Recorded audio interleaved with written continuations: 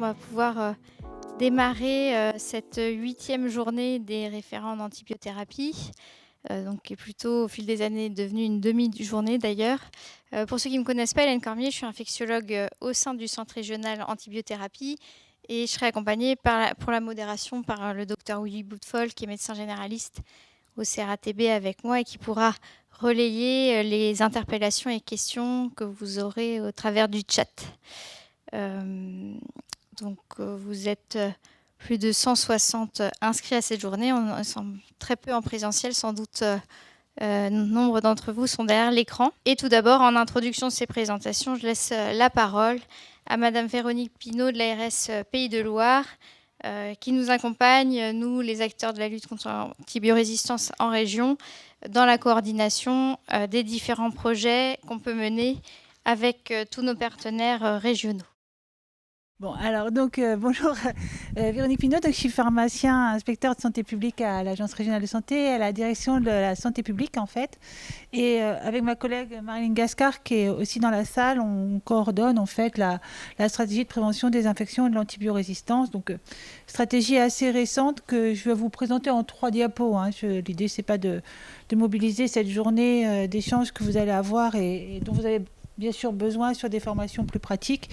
Voilà, je voulais aussi excuser Madame Burban-Evin qui n'a pas pu venir aujourd'hui, qui est la directrice de la santé publique de l'ARS, mais en fait, elle attache une importance aussi bien que nous en fait à cette thématique.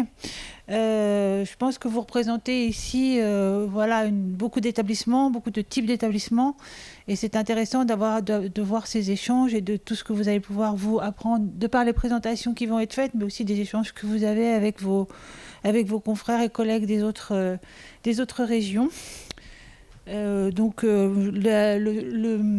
L'ordre du jour est très varié, comme l'a expliqué Hélène. Donc vous devriez tous, quels que soient vos établissements d'origine, pouvoir vous y retrouver. Je vais présenter très rapidement en fait la nouvelle stratégie. Vous en avez peut-être déjà entendu parler dans les précédentes journées, mais je vous ai fait juste quelques petits diaporamas pour vous expliquer cette stratégie. Donc c'est jusqu'à présent, comme vous le savez, il y avait les stratégies, les plans antibiotiques, le Propias de l'autre côté, enfin les différentes stratégies antibio et les stratégies relatives à l'hygiène. Et cette nouvelle stratégie nationale de 2022-2025 a vraiment pour objectif de faire travailler en synergie en fait les différents acteurs, aussi bien les acteurs du bon usage des antibiotiques et les acteurs de la prévention.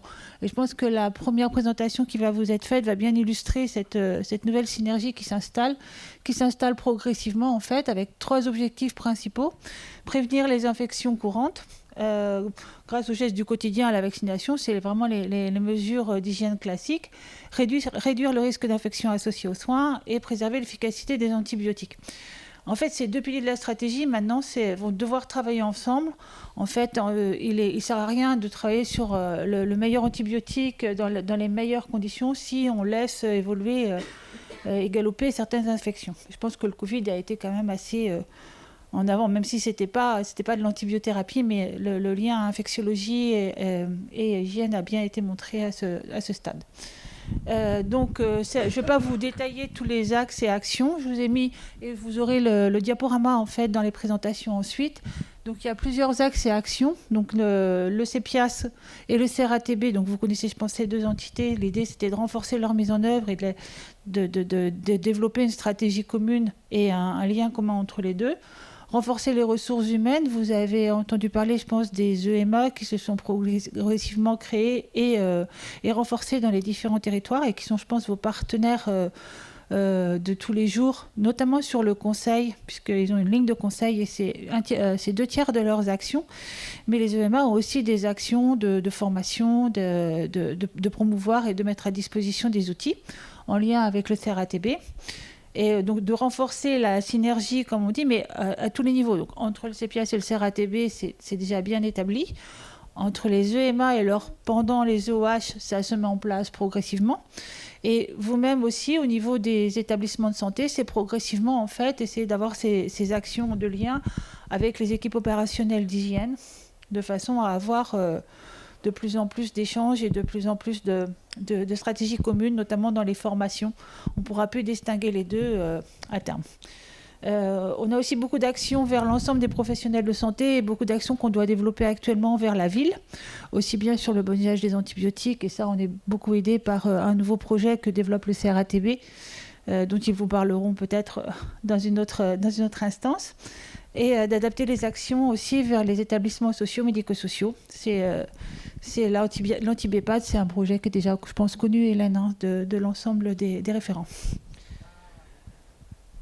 Et puis juste un dernier petit slide pour vous présenter, voilà, le panorama des acteurs en fait qui agissent. Donc le CEPIAS, le CRATB, j'ai mis une flèche parce que c'est déjà bien, hein. Il y a un CEPOM commun qui a été signé avec l'ARS, il y a des actions communes.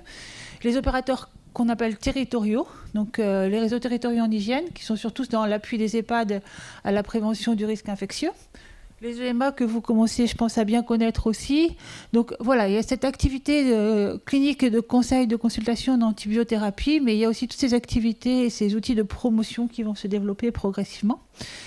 Et à votre échelon, donc les référents en antibiothérapie, je ne vais pas vous rappeler vos missions, qui travaillent normalement, et de plus en plus, il faudra y arriver en lien avec les réseaux, l'équipe opérationnelle d'hygiène. Je sais que ce n'est pas simple et c'est assez nouveau, mais comme ça va partir du haut, ça va se faire de façon assez simple et assez intuitive par la suite. Merci.